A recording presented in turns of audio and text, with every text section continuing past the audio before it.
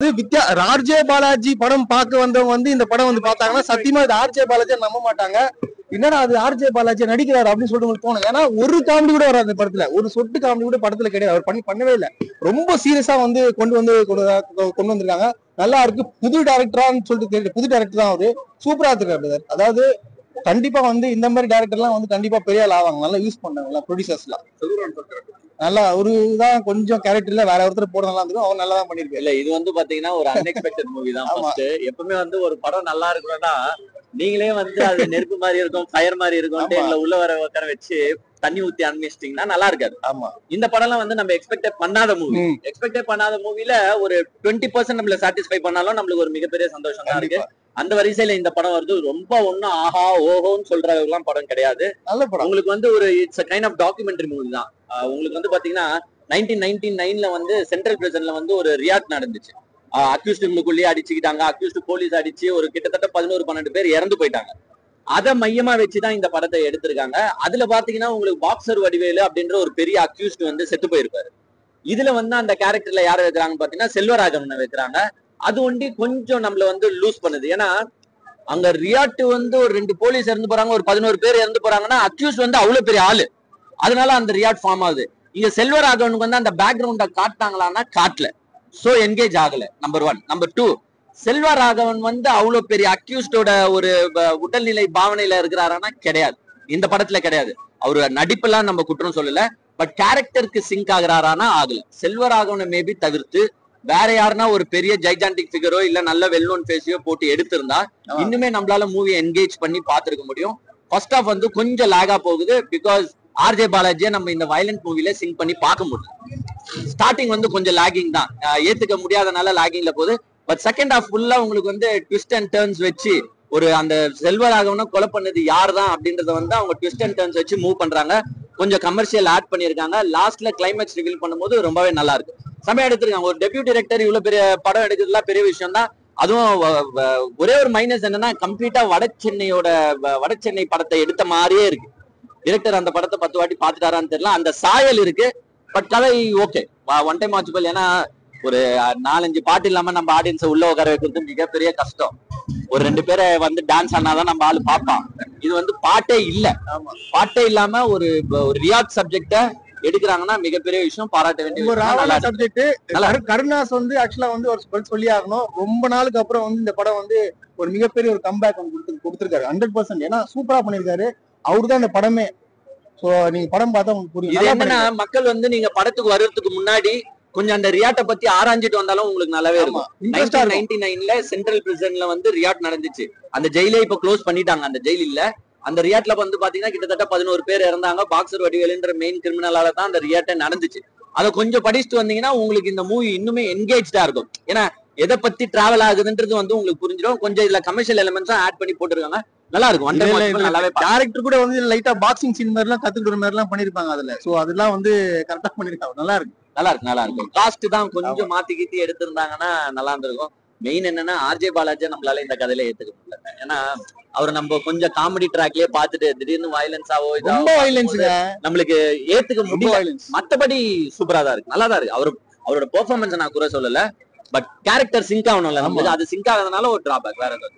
புதுசா சென்டிமெண்ட்டும் அந்த emotions fighting எல்லாம் புதுசா பண்ணிருக்காரு. அதுக்காகவே ஒரு வாட்டி பார்க்கலாம் படம். ரொம்ப நாள் கழிச்சு ஸ்கிரீன்ல கருணாஸோட அப்பியரன்ஸ் நல்லா தான் இருக்கு. கடைசியா கொஞ்சம் வில்லனா காமிக்கிறாங்க. அதுவும் கொஞ்சம் நல்லா இருக்கு படத்துல. செல்வராகவன் வந்து ஆஸ் யூசுவல் எப்பவுமே போல செமையா பண்ணிருக்காரு படத்துல. நட்ராஜன் வந்து அதான் அது பேர் என்ன, கொலையாளிகள் அவங்க எல்லாம் வந்து இன்வெஸ்டிகேஷன் ஆஃபீஸரா வராது நட்ராஜன் வந்து. பட் ஆனா அவ்வளவு இம்பார்ட்டன்ஸ் கொடுக்கல நட்டிங் படத்துல. ஆக்டிங் வைஸ் செல்வராகவனும் ஆர்ஜே பாலாஜியும் தான். மியூசிக் வந்து பாட்டு 1-2 தான் இருக்கு. மற்றபடி பிஜிஎம் வந்து கதையில ஃபுல்லா டிராவல் ஆகுது. ரொம்ப ராவலா இருக்கு. அந்த குத்துரை சீன்லாம் கொஞ்சம் இதுவா காமிச்சிருக்காங்க. மற்றபடி அவ்வளோ படத்துல வந்து ரொம்ப சின்ன பசங்க ரொம்ப ஆமா கொலை வன்முறை எல்லாம் கொஞ்சம் அதிகமா தான் இருக்கு. சின்ன பசங்க பார்க்கலாம் தான் நினைக்கிறேன். அந்த அளவுக்கு ரொம்பலாம் இல்லை, ஓரளவுக்கு பார்க்கலாம். படம் வைஸ் வந்து ரொம்ப ஹையாவும் இல்லை, ரொம்ப லோவாவும் இல்லை, ஒரு ஸ்லோல தான் போயிட்டு இருக்கு படம். பார்க்கலாம். வீக்கெண்ட்ல ஒரு படம் வந்து பார்க்கலாம். ஃப்ரெண்ட்ஸ் எல்லாம் எல்லாருமே வந்து பார்க்கலாம் ப்ரோ. ஃப்ரெண்ட்ஸுங்க வந்து அந்த ஜாலியான இதெல்லாம் படத்துல இல்ல. மற்றபடி படத்துல வந்து ராவா ஜெயில என்ன நடக்குது, செய்யாத தப்புக்கு அவர் எப்படி வந்து உள்ள வந்து எப்படி தப்பிக்கிறாரு, அதுதான் ஹீரோயின். படத்துல ஒரு 4 வாட்டி வருவாங்க ப்ரோ, அதுதான். மற்றபடி படத்துல ஹீரோயின் ரொம்ப எல்லாம் வரமாட்டாங்க. டைமும் நம்மளுக்கு விறுவிறுப்பா கொடுத்த மாதிரி இருந்தது. ரொம்ப செட்டிலான கதை, ஆனா ஒரு விஷயம் யோசிக்க வைக்கும்ல நம்மள, அடுத்து என்ன நடக்கும் அப்படிங்கறது. அந்த இதை ரொம்ப அழகாவே கொடுத்திருந்த மாதிரி இருந்தது. ஆர்ஜே பாலாஜி சார் பாவம், அது ஒரு அப்பாவி ஆடு. ஆனா ஆடுன்னு சொன்னாலே அவருக்கு கோவம் வருது, அது ஏன்னு தெரியல. ஏன்னா அந்த அளவுக்கு அந்த படத்துல இருந்து முக்கியமா அவர் கோவம் வரதே 2-3 சீன்ல தான் வரும். அதுவுமே கோவத்தை மட்டும்தான் காட்டுவார் தவிர டைலாக் எதுவுமே இல்லாம நீட்டா செட்டில் நடிச்சிருப்பாரு. செல்வராகவன் சாரோட ஆக்டிங் தான் கொரோனா மாசம் சொல்லலாம். ஐயோ எனக்கு அவ்வளவு ஒரு இதா இருந்தது, யாரையா நீன்னு கேட்கணுங்கிற அளவுக்கு இருந்தது. அவ்வளவு அழகா ஆக்ட் பண்ணிருக்கட்டும். அதே நேரத்துல வந்து சின்ன சின்ன விஷயங்களை கூட ஸ்கோர் பண்ண விதம் இருக்குல்ல. 100 பேர் இருக்காங்க அப்படின்னா அதுல நம்ம செல்வராகவன் சாரை பார்க்கணும் அப்படிங்கறதுக்காண்டி ஒரு ஸ்கோர் இருக்கும்ல, அந்த ஸ்கோர் எல்லாம் அவ்வளவு அழகா கொடுத்திருந்தாரு. எல்லாத்துலயும் பின்னி படல் எடுக்காரு. அதுதான் எனக்கு கஷ்டமா இருந்துச்சு. ஹீரோயின் கிடையவே கிடையாதுங்க. ஹீரோயின் தான் நீங்க யோசிக்கிறீங்க. படம் என்ன அப்படின்னா ஜெயிலுக்குள்ள நடக்கக்கூடிய ஒரு கதை. ஒரு 100 சிங்கங்கள் சேர்ந்த ஒரு கேங்ஸ்டருக்குள்ள மாட்டிக்கிட்ட ஒரு ஆடு. அந்த ஆடு எப்படியாவது நம்மள தப்பிக்கணும்னு நினைக்குது, என்ன பண்றதுன்னு தெரியல. மத்த சிங்கங்கள் எல்லாம் போட்டி போட்டு இருக்கும்போது ஒவ்வொருத்தவங்களா யூஸ் பண்ணிக்கிறாங்க அவரை. கடைசியா பார்த்தா மொத்த வரையும் போட்டு தள்ளிட்டு நான் தாண்டா சிங்கம்னு சொல்லி அது ஏறி உட்கார்ந்துருது. அவ்வளவுதான்.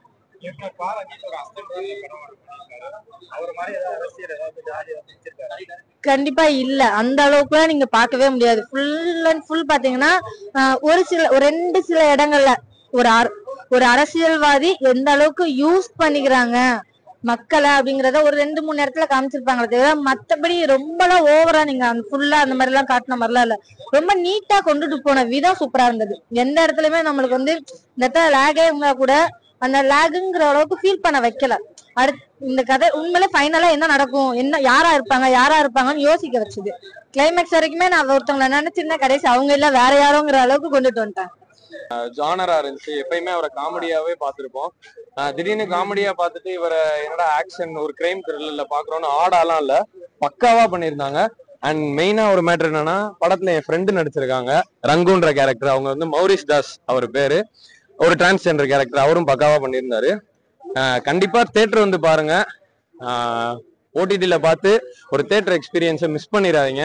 ஏன்னா நல்ல ஒரு விறுவிறுன்னு படம் போகும். கண்டிப்பா தியேட்டர்ல பாருங்க. எல்லாரோட ஆக்டிங்கும் பக்காவா இருந்துச்சு. மெயினா சொல்லணும்னா என் ஃப்ரெண்டு நடிச்சிருக்கான், சோ அவங்கள பத்தி தான் நான் பேச முடியும். எல்லாருமே பக்காவா பண்ணியிருந்தாங்க. எல்லாருமே அவங்கன்னு பர்டிகுலரா சொல்ல முடியாது. அண்ட் அந்த டைகர் மணின்ற கேரக்டர், அவர் ஒரு கேரளாக்காரர், அவரும் எல்லாமே பக்காவா பண்ணியிருந்தாங்க. ஆமா ப்ரோ, மறுபடியும் கேட்டதே கேட்டுட்டு எல்லாருமே செட் ஆகுது.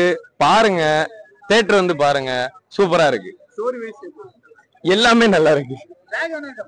லேக் எல்லாம் இல்ல, படம் விறுவிறுன்னு போகுது. பாருங்க, தியேட்டர்ல பாருங்க.